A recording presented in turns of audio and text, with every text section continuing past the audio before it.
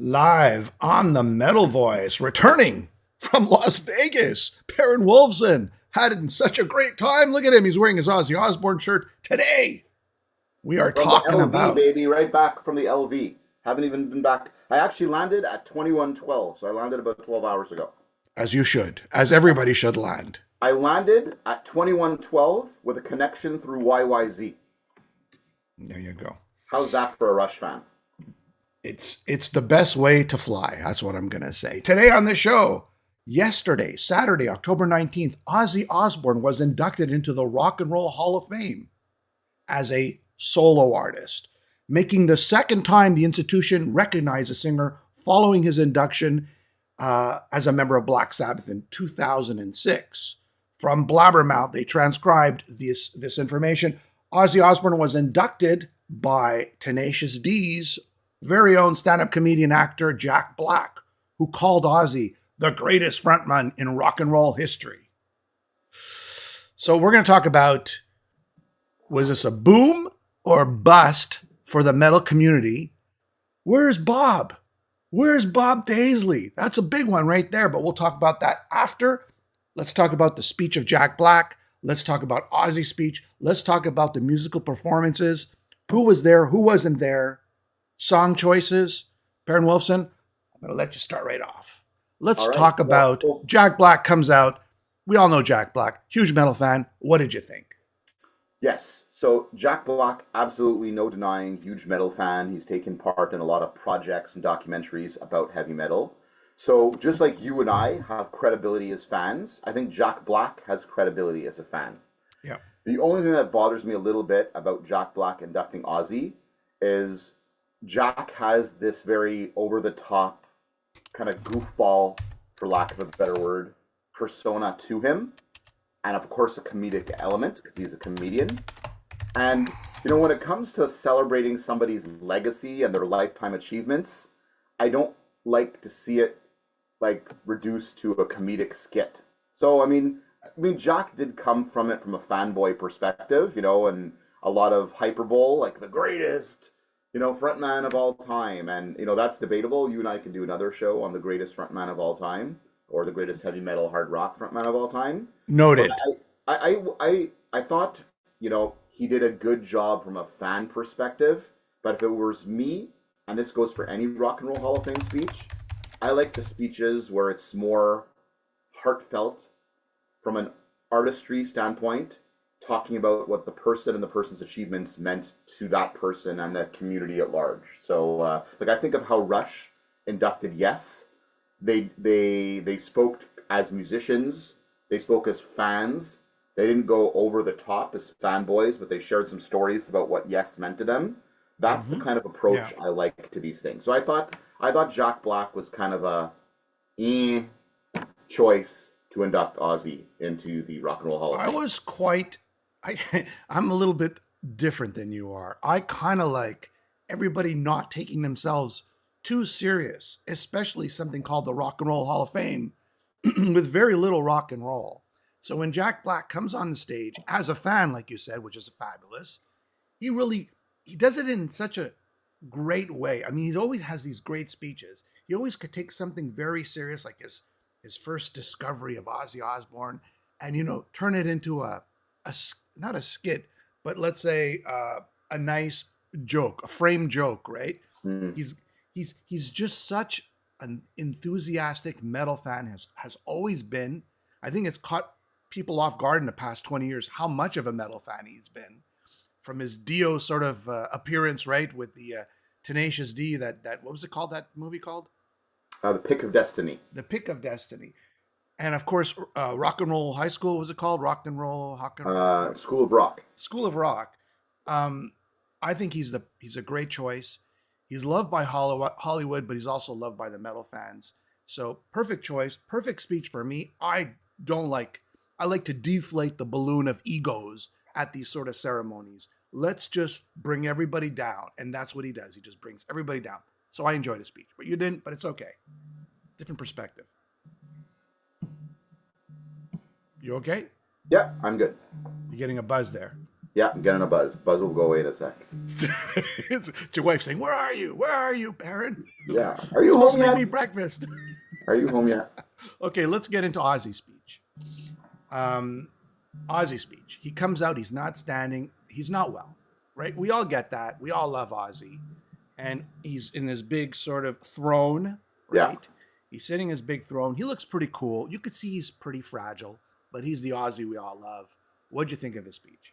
Yeah. I mean, well, first, even before the speech, to his appearance, right? Because we haven't really seen a lot of Ozzy publicly lately, right? If we go back 2-3 years, we go, tour announcement, tour cancellation, tour announcement, cancellation.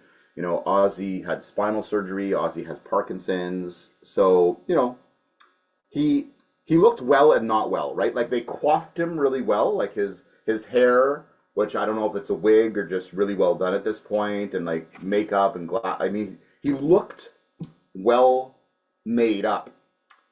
But it was a little sad for me to see Ozzy, if he's sitting in a throne, I assume it's because he can't stand for very long or he's hunched over and that kind of thing.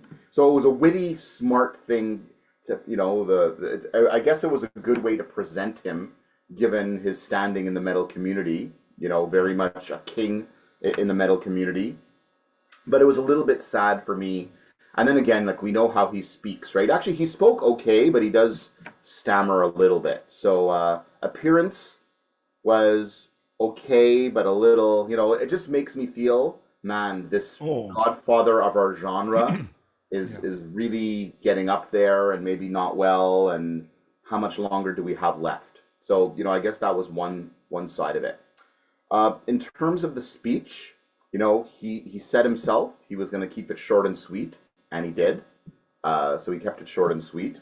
And he basically just did a couple simple things, right? He thanked the fans, which you thought he would. He thanked Sharon for saving his life and his babies and his grandbabies, and we know, the fans and his family have always been very much paramount and important for him. Yeah, that's right. And then he called out Randy Rhoads as a person with whom he would also not be there. And Randy was the only artist that he name checked in his speech. And then he did kind of what I thought he was going to do. He did kind of a catch-all, and he said, I want to thank all of the other guitarists, drummers, and bass players I've played of all over the years, some of which are here tonight. And then that was it. So I guess a bit of a miss on his speech. You probably can't expect him to speak too long. Thanking the fans, check. Thanking family, check. Of course, it would have been nice to shout out Jakey Lee, who was just, shot in an incident in Las Vegas last week. It would have been nice to even call out Zach, who's his current, or probably his longest standing guitar player over the years. It would have been nice to call out the original Blizzard of Oz band, and some of those people who are really significant, Lee Kerslake, Rudy Sarzo, Bob Daisley, some of the key players. And then, you don't need to thank Mike Borden and you don't need to thank Blasco. I think the and all the others, that should be more about Rob Trujillo and Blasco and Mike Borden and Brian Tichy.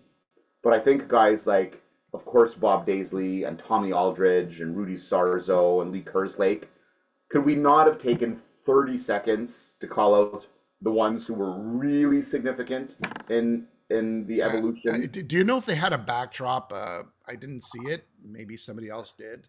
A backdrop where it just shows like the history of Ozzy with all the people playing. Usually they do a reel, right? Yeah, I mean we've only seen what people have put on YouTube so far. That's right. So the professionally shot version streamed on Disney Plus in Canada yesterday, and I'm assuming in the US. But we'll probably see the more tight edited production kind of put out soon.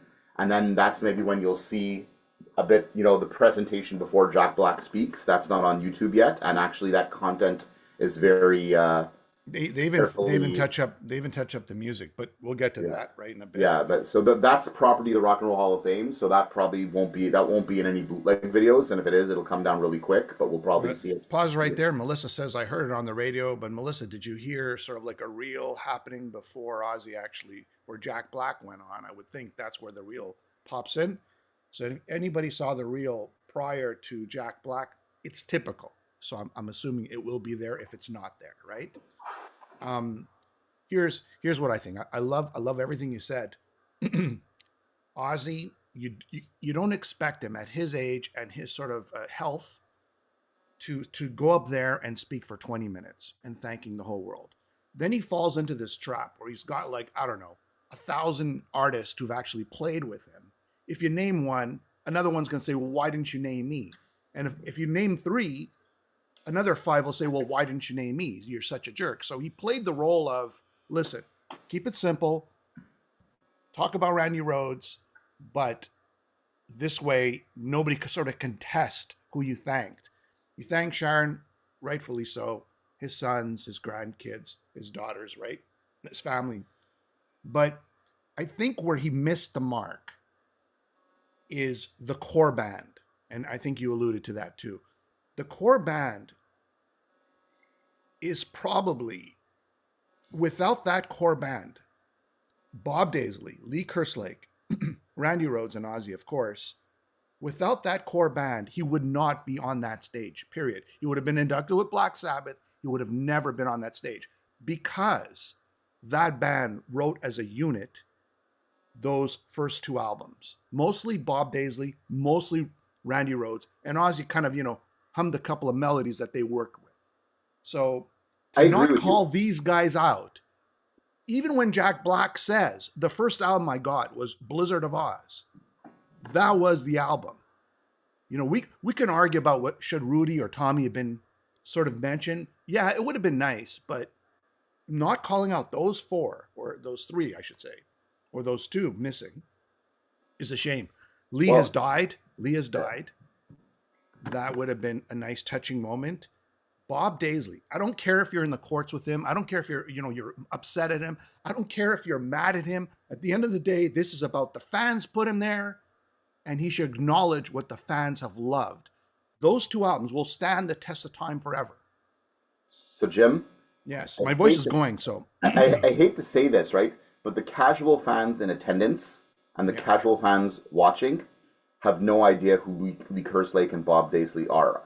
The metal fans, the metal Yes, community agreed. watching is Agreed. expecting this. But the pretty made up girl in the front row with the pouty lips and the gown has no idea. She knows who Ozzy is Yeah, because Miley Cyrus wears an Ozzy t-shirt, but she that's doesn't right. know who Bob and Lee are, or Rudy and Tommy Aldridge and that kind of thing. And I hate to say it, but I still feel like they want to obscure from the public at large the contributions, the writing contributions in particular, of other people in the original band. And the Sharon Ozzy narrative of the formulation of the Blizzard of Oz band and Ozzy as a solo artist is, it doesn't matter who Ozzy picked to be in that first band with him, Yeah, because Ozzy was such a star, or going to be such yeah, a star, that they were along for the ride and they were going to ride his coattails. So Lee and Bob, we in the metal community know, had these massive contributions to what was originally called, not Ozzy Osbourne, the Blizzard of Blizzard of Oz. Oz. Yeah, But to the public at large, if Joe Schmo and Billy Bean would have been the two guys chosen to be Ozzy, they would have become stars with Ozzy, but it was about Ozzy. So but yeah, I agree with if you. this is absolutely, if this was truly thank you to the fans who put me here, well, thank you to the fans who bought those first two records. And why did they buy those two records? Because Bob Daisley wrote 95% of the lyrics on the first two albums. I Don't Know, written by Bob. Crazy Train, written by Bob. Diary of a Madman, written by Bob.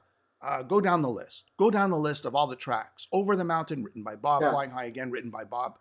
Sato, written by Bob. Everything was written by Bob. And that's 50% of the writing is the lyrics. Then you add the musicianship, Bob and Randy. Of course, Randy Rhoads. Of course he deserves to be mentioned, and he was mentioned. He even got an induction last year, or was it the year before. Not acknowledging Bob Daisley is like a slap in the face. Yep. I'm surprised he didn't acknowledge Jelly Bean. Or what is his name? Jellyfoot? What's the guy's name? Jelly Roll? Jelly Roll. That's what it is. Why didn't he acknowledge him? Because he was such a critical component to the success of Ozzy Osbourne. Yeah, I mean, look, I feel like there's tiers, like you're kind of saying, right? So for sure, Randy should be mentioned first. Absolutely. Then I think people like Bob Daisley, Lee Kerslake, Rudy Sarzo, Don Airy, Tommy Aldridge, Jakey Lee should be mentioned. Zach Wilde should be mentioned, whether you like him or not. And then if you want to cover Phil Susan and like I said, Rob Trujillo and Mike Borden and Blasco. And you know who else should have got a mention? Who played a really big role in reviving his career with his writing? Is Lemmy. I want to thank my dear friend up in heaven, Lemmy, who was a huge part of my No More Tears album, a song which they played, you know? So, but by the way, Bob came back into the fold and did a lot of writing for No More Tears as well, which a lot of people don't know. That's right. You know, so no, he played bass. He played bass on No More Tears. He didn't do any writing, and that's an iconic bass line. So actually, guys, let me take a step back. Let's take a step back here. Bob Daisley wrote the lyrics on Blizzard of Oz, Diary of a Madman. He wrote the music and lyrics, both, right? And Bark at the Moon. We forgot about that one. Yeah. Bob Daisley, but they didn't credit him. He took the payout instead. He wrote the lyrics and music on the majority of Bark at the Moon. Sorry, with Jakey Lee. So now you're talking about the three most popular albums. Played bass on No More Tears and Ultimate Sin. Correct me if I'm wrong. He also wrote on that album too. Yep, I think you could be right. I mean, when you're thinking about it, Bob Daisley actually was a partner. He was like it was Paul McCartney and John Lennon. That's what it was. He's the constant. He's an obscured constant in the Ozzy equation throughout the years. So, I mean, this isn't all about Bob. I think it's about other people too. But, I mean, Bob, after Randy Rhoads, you can argue quite well that Bob Daisley is the most significant musician that Ozzy has played with as a solo artist. I'll throw in one more. No Rest for the Wicked. Bob Daisley wrote on that album. Yeah. So what are we talking about? We're talking about the best of Ozzy. Yeah. He contributed to music and lyrics. Yeah. So why did they keep bringing him back? A 10-second mention would have been appreciated by the metal community, even though it would have gone over the heads of the elite, so to speak, you know? Bob Daisley, maybe he wasn't the sort of groundbreaking guitarist like Randy Rhoads was. Randy was in his own league in terms of guitar. He changed the game for guitarists forever. But Bob Daisley, without Bob Daisley, Ozzy would have no career, period. Even if Randy was in the band, it would have been a different type of career. Jimmy, Sharon would hit you with her purse if she was on right, if she heard you right. Oh boy. So let's recap. Bob Daisley co-wrote lyrics, music, first album, Blizzard of Oz, Diary of a Madman, Bark at the Moon, Ultimate Sin, No Rest for the Wicked, Played bass on No More Tears. Played bass on No More Tears. That, my friend, is those are the biggest selling albums. Period. Yeah. You could argue not that acknowledging Bob Daisley is sacrilege. It's and the mainstream. I would think there's more of a court thing, more of a he slapped me and I don't want to like mention him. But if this is all about Rock and Roll Hall of Fame, then it's not. It just isn't. It's just. We're in violent agreement, my friend. Yeah. I'm just getting all worked up. First thing in the morning. First thing in the morning. I had too much coffee. It's Sunday. Where's Bob Daisley? It's Sunday. Bring it down. You know what? To your point, you can't go down the list, but you could acknowledge. I mean, it's like Paul McCartney going on stage and accepting something on behalf of the Beatles and saying, "Well, John Lennon didn't really play in the band." Yeah, that's how significant it is, and people need to understand this. And I'm here to tell people. And Jimmy, I will say, a lot of people who've been inducted as solo artists, Elton John, Steve Miller. Steve Miller, again, there was a gentleman named Norton Buffalo who was at Steve Miller's side forever. And he sadly passed away years before Steve Miller's induction. But Steve Miller made a point to call out not every last sideman who'd ever played with him, but the pillars of his band who did help Steve Miller do what he did in the studio and live. So if Steve Miller can call out Northern Buffalo, and if Elton John can call out, Bernie Johnson, and the guys in Queen could call out, Spike, and just different sidemen who played with them. Elton John, my friend, who was his co-writer of lyrics. Yeah, Bernie Taupin. And Bernie Taupin was inducted, My point is exactly, that's a partnership. Ozzy had a rough partnership with Bob. That's a good parallel, actually. Is Bob Daisley Ozzy Osbourne's Bernie Taupin? He is. I think you could actually make an argument that he is. I have interviewed Bob 3 times. And you could go on YouTube and you can watch all the interviews I've done with him, and he goes in detail of what happened. His side, Ozzy's side, whoever's side, in detail. To not acknowledge him, let alone invite him. He should be sitting there. He wasn't sitting there. Maybe he said no. I doubt it. But I'm just saying, he should be sitting there. He doesn't have to sit with the family. He could sit in, I don't know, the higher levels, perhaps. I don't know. I mean, he should have been there. He should have been there. The money. Okay. Let's move on to performance. So it's big X for me. The speech, I get it. I love Ozzy. Don't get me wrong. I love Ozzy. I love the legacy of Ozzy. But that speech, that's an X. All right. I agree. Okay. All right. Musical performances.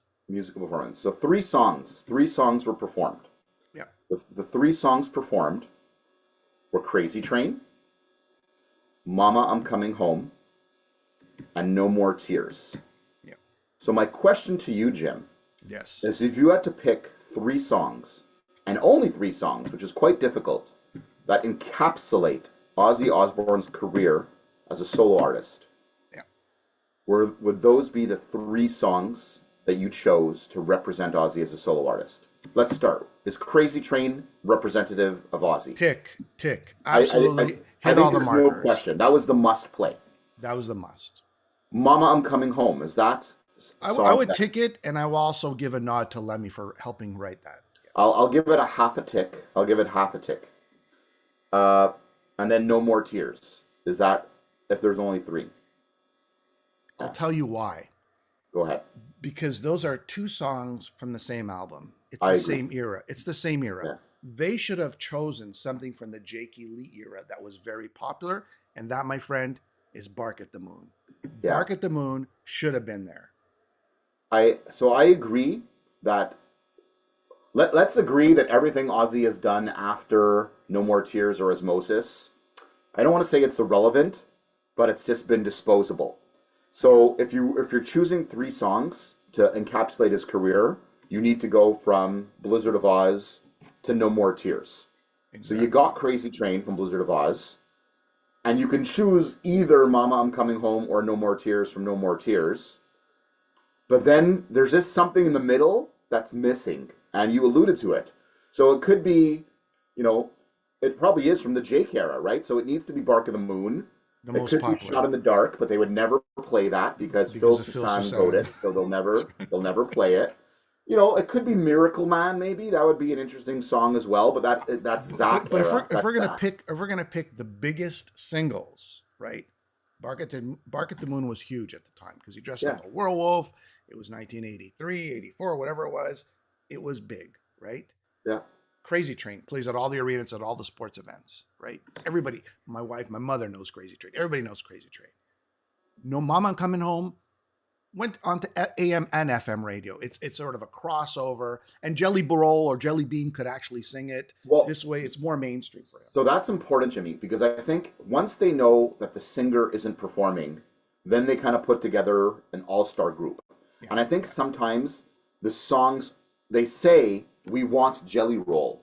What Ozzy song would be great for Jelly Roll to sing? And Jelly Roll is a country artist and a balladeer.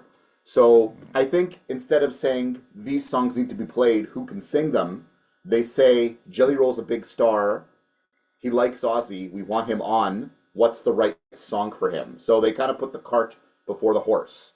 First of all, let's talk about, actually, before you get there, did they pick the right artist to cover Ozzy? Okay. But so I'm going to say this. Before then, right?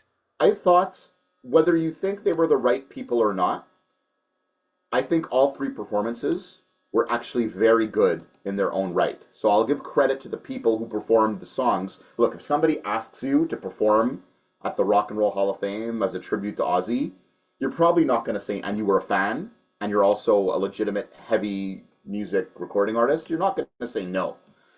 So you can argue if they were the right people or not, and we can go one by one, but I thought all the performances were pretty good. So performance one was... This is what I thought of the performances. No, see, honestly, I think you need to separate... An embarrassment to so, metal but you're people, saying they were embarrassment to the legacy, an embarrassment. No, Jimmy, I think they were there. They were there because they're all friends and they're all sort of like this little in crowd, right? So okay. Let's get Jelly Roll. Let's get Jelly Roll. But you're taking. Let's separate who they chose versus the performances themselves. Okay. So let's go one by one. So let's go one by one. Performance one was Crazy Train up to the solo. Yeah, and this Tool guy needs to sit down and sing Tool songs and not Ozzy songs. But Jimmy, you haven't even told everyone who's... So it's Maynard James Keenan from Tool who did the vocal. Terrible. Wolfgang Van Halen played the leads. And the house band, so to speak, for all the songs was Andrew Watt, his current producer, on guitar, Robert Trujillo on bass, Chad Smith of the Red Hot Chili Peppers on drums, and Adam Wakeman, longtime keyboardist for Ozzy, and Rick Wakeman's son on keyboards. Okay, so let's pause right there. Let's pause right there. Pause right there, and we'll talk about that. How's that? Okay. All right. So to me, Wolfgang, sure, I get it. He's in the in crowd. He's Hollywood. Okay, put him there. The guy could play.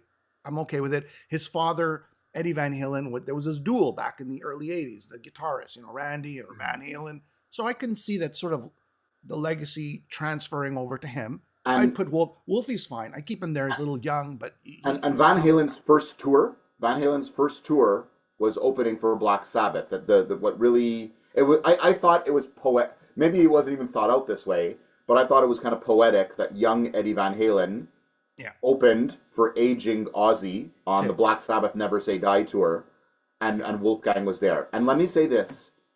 I'm not a fan of Wolfgang's modern rock music, but I respect the hell out of him as a musician. And when he did the tribute to his dad at the Taylor Hawkins tribute and played On Fire and Hot for Teacher, he shredded. And he did Randy's Crazy Train solo yesterday, and he did a great job. Wolfgang is a hell of a musician. He's a prodigy.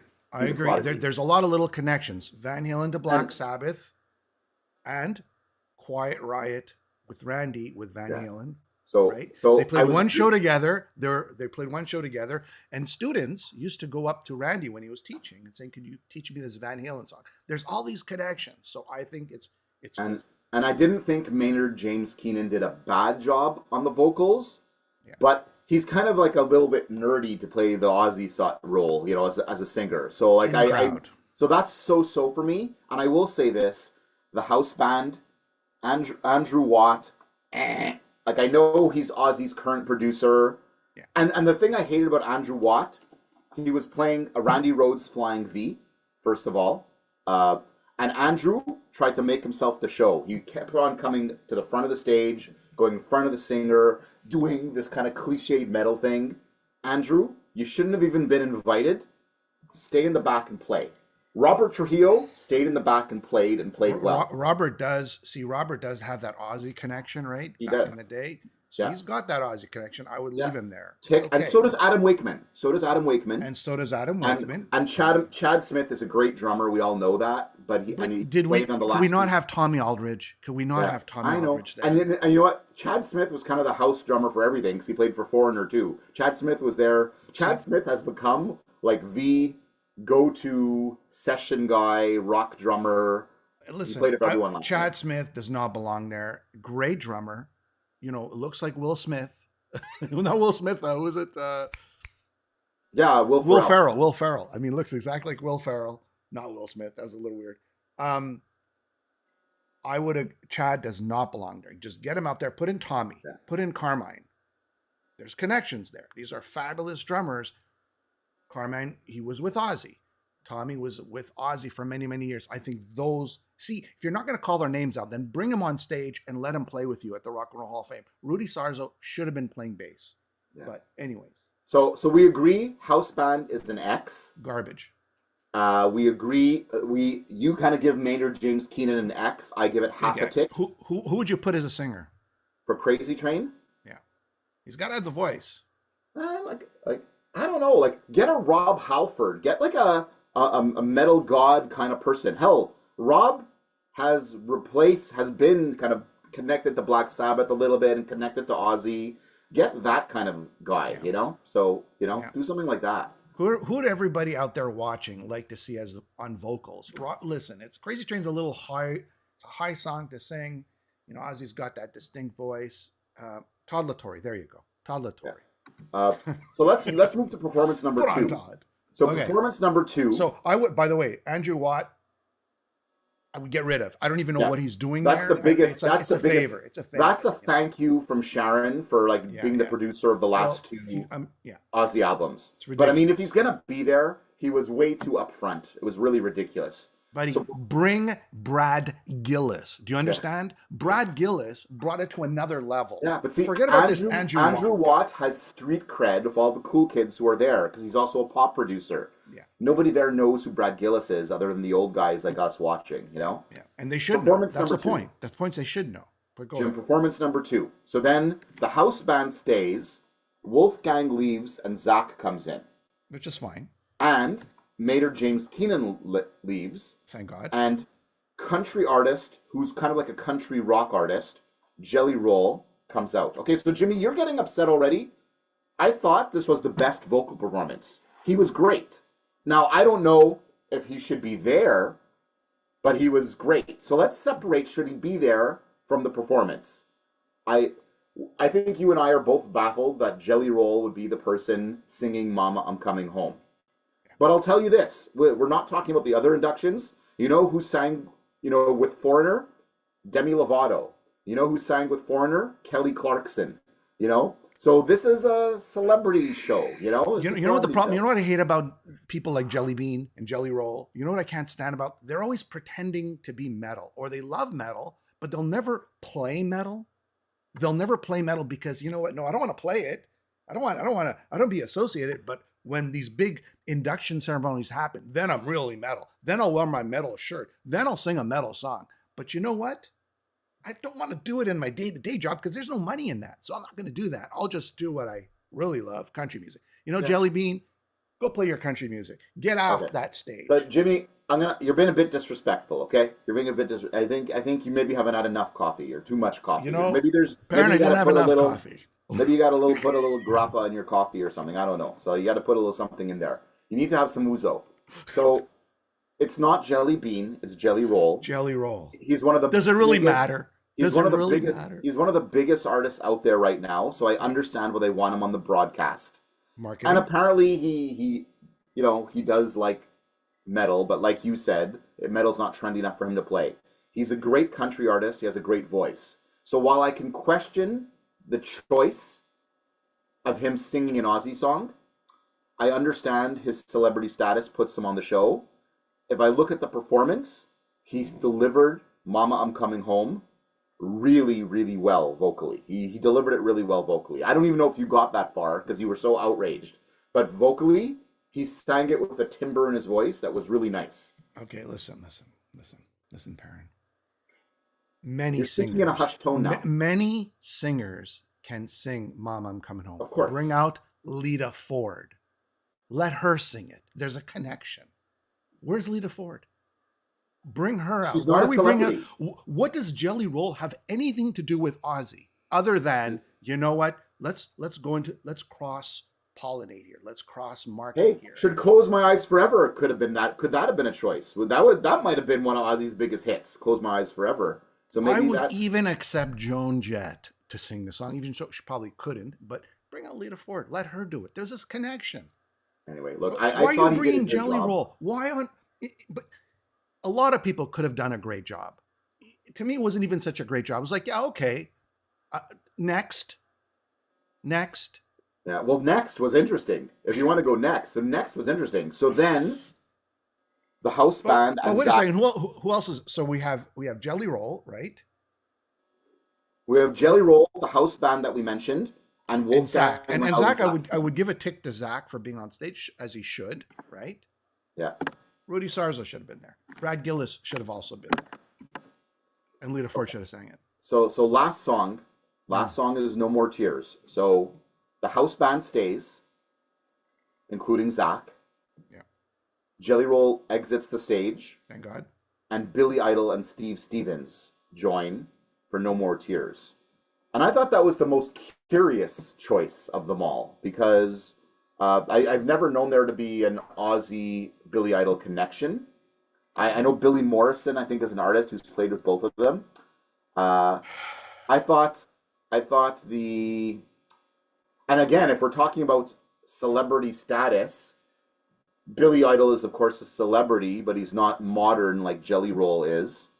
Uh, so I thought, and then in terms of the delivery of the song, I thought Billy doing No More Tears was a weird performance. Was weird hearing him sing that song. I mean, he delivered it with passion. I mean, I probably need to watch it a couple more times. Billy's not a natural gifted vocalist, let's say, but he delivered it with a lot of energy. So that's one. Billy Idol doing No More Tears, I'm still processing. And honestly, we had too many guitarists on stage at this point because we had Zach, we had Steve Stevens, and we had Andrew Watt still acting like an idiot, you know? Listen, I love Billy Idol. I love Steve Stevens. They don't belong they don't belong on that stage. It's just basically cross-pollinating marketing. Billy Idol's so famous. We'll just, he's a pop star. We'll just get him on stage with Ozzy. That's all it is, really. To me, inductions should be a serious. I'm sure they can get people on stage. That's not a problem. That's not a problem. Calling people up saying, "Hey, would you like to be on the Rock and Roll Hall of Fame induction performance?" It's not an issue. Missing out on there's so many great vocalists out there. You could friggin' throw in Todd LaTorre. You could put in Jeff Tate if you want. You could put in Rob Halford if you want. There's so many wonderful singers. There's so many great guitarists part of the Ozzy family. Well, let's think of this. Ozzy back in the day used to have very hot up and coming opening acts. That's right. A lot of them who will say, we owe Ozzy and Sharon a bit of our career because they put us on the big stage. You know, if you think about Ozzy's different tours back in the day, Rat, Metallica, Motley Crue, all opened for various Ozzy tours. Yeah. And they've said, you know, we're so thankful Ozzy took us out on the Bark of the Moon tour. We're so thankful Ozzy took us out on the first leg of the Ultimate Sin tour, Queensryche. So, you know, maybe, I mean, so if you want to talk about street cred, Metallica has credibility. You know, maybe, you know, James Hetfield could have sang a song. You know, I don't know if they were asked and declined or whatever. What but about I mean, Klaus? What about Klaus from the Scorpions? You want to hear a voice? You want to hear somebody really do Mama I'm Coming Home or No More Tears? He can do it. He can friggin' really do it. That's my point. So, Billy so, Idol. but the show was more about the celebrity meter than anything else. And let's not forget, there you go. and you know That's what? the best You know way what the to put Billy, it. you know what the Billy Idol tie-in is? Billy Idol is in all those commercials now. You know about being a rock star with Travis That's Barker right. and that That's kind right. of That's stuff. right. So you know, Think of all the guitarists. Ozzy is either. I mean, you know, George Lynch was almost or part of Ozzy at one point. There's a friggin' guitar super. And people saying, well, who is he? Who is he? He's just popular in the metal community. Well, maybe putting him on stage will make him more popular in general, right? yeah. But let's be honest. But if Jakey Lee didn't get shot, shouldn't he have been on that stage? Shouldn't he have been sitting there? Or maybe not next to the Osbournes, but around there? Where is he? Jakey Lee was huge. Look, Without yeah, Jakey Lee, there would be no second life of Ozzy. Look, there's probably 10 people who've been in and out of Ozzy's career that are significant, you know, and those people weren't present in any way. But I mean, again, the show is about the celebrity meter. The show is about ratings. The show is about cross-pollination. Yeah. You know, Yeah. you know, everyone's happy to have another metal guy inducted into Hall of Fame. And that's okay. Except when it comes to the show, they're embracing their mainstreamness and that they've gotten out of the metal bubble, you know? You know, the metal people is interesting because when you get to that level, you don't want to be associated with the metal community anymore, right?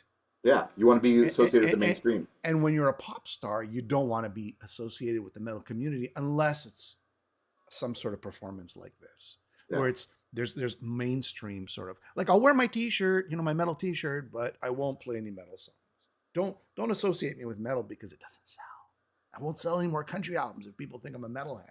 Yep, and let me ask you this: Andrew Watts, the big producer, Jelly Roll, who again I didn't mind, but and some of those people who were there, you know, do they know the song "Diary of a Madman"? Do they know the song "Crazy Babies"? Do they know the song "Center of Eternity" from Bark at the Moon? Because Andrew Watt says he's such a big Ozzy fan, and Jelly Roll's such a big Ozzy fan.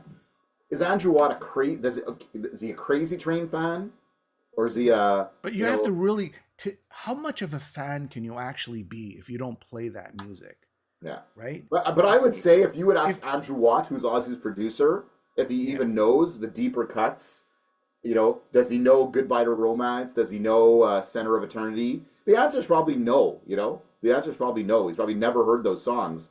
You know, he knows "Crazy Train." Maybe he knows "Flying High Again." He knows what he produced. He knows the hits. So, you know, again, I guess we're preaching to the choir. There's probably more of a metal audience watching us. So I think we are here reacting to what happened.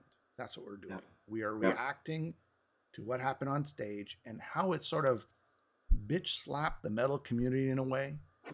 So, is the Ozzy induction a total failure to you then, or is it a partial failure? It's like you said. To me, Ozzy deserves to be there. That's number one. His legacy, he is. Look, we could talk about guitars and drummers all day, but without that distinctive voice, without that sort of commitment, without that image, without Sharon also, he would not be on that stage. She was a huge part of who Ozzy is, and she got him out of bed onto the stage. Listen, people love Ozzy. People love his sense of humor. They love his voice. His voice is very mainstream, even for metal. So yes, he deserves to be there, but everything else was a disaster. It was like a freaking failure. Again, Rock and Roll Hall of Fame, once again proving that it's just out of touch with reality. I agree. That's all. I agree. All right. We didn't even get to the other inductees, but that's another show. Today we're talking about Ozzy Osbourne. All right, people, leave your comments. Tell us what you thought of the induction, the speech, the tribute. And make sure, you know what? I want to tell everybody to do this, which I never tell people to do in the past 13 years. Like this video. Like this video because when you like the video, it goes higher up on the food chain on YouTube. And I never tell people to like or comment, or well, actually I do tell people to comment. Never tell people to subscribe. So subscribe and like. Yeah. But like is really important because when you like, we need you to drive that net promoter score. That's right. We need to cross-pollinate. Maybe we'll get Jelly Roll on the show. All right. Oh, that'll be great for ratings. Yeah. All right, my friend. Have yourself a great Sunday. Thank you, everybody.